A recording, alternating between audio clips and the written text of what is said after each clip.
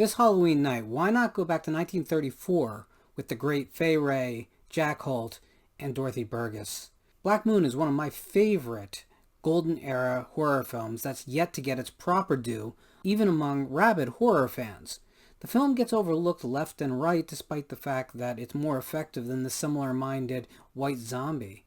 Yes, it does not have Bela Lugosi, but it does have Fay Wray, and horror royalty doesn't get to a higher tier than that.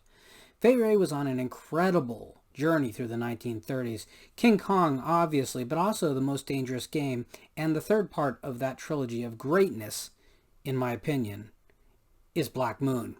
Black Moon tells the story of a businessman whose wife wants to go back to the island where she grew up.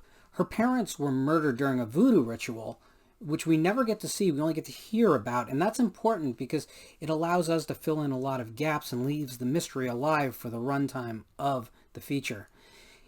He doesn't want her to go back. In fact, there's an early murder that happens on his watch back at home to prevent her from going back. But he eventually allows it, although he doesn't trust that his wife is capable of looking after their young daughter. So he sends his secretary, who has a bond with the child, to the island until he can arrive later after he's finished up some business dealings. That secretary is played by Fay Wray, and while her role is sort of underwritten, honestly, but her performance is just so magnetic, it wins you over immediately. Dorothy Burgess gets actually the best role of the bunch. She has a character arc that most actresses would just die for in any era, but was so rare for this period.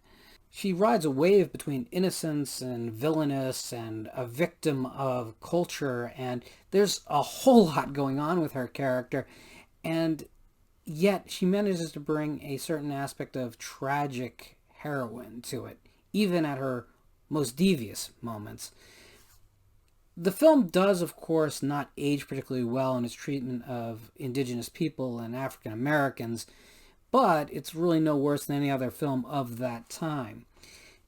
It is a film that exists within a framework and a mindset that we no longer share. But if you're willing to overlook that and see the film as an abstract story about what it qualifies as family and what is the responsibility of different roles inside a family structure, this film is way ahead of its time. It also turns into a siege film in its final act, which to me predates Assault on Precinct 13 very neatly. It has that same gritty intensity, even though the setting couldn't be more different.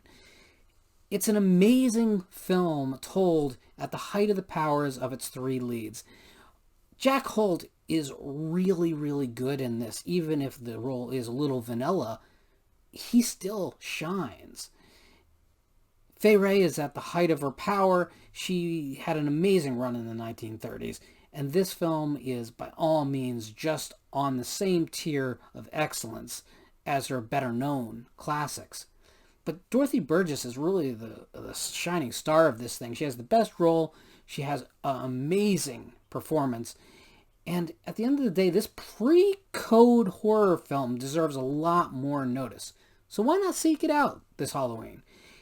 I mean, do you have anything to lose? You've seen Halloween and Friday the 13th and Texas Chainsaw Massacre and Nightmare on Elm Street. How many times? This little gem should not go undiscovered any longer. Black Moon, 1934. Check it out.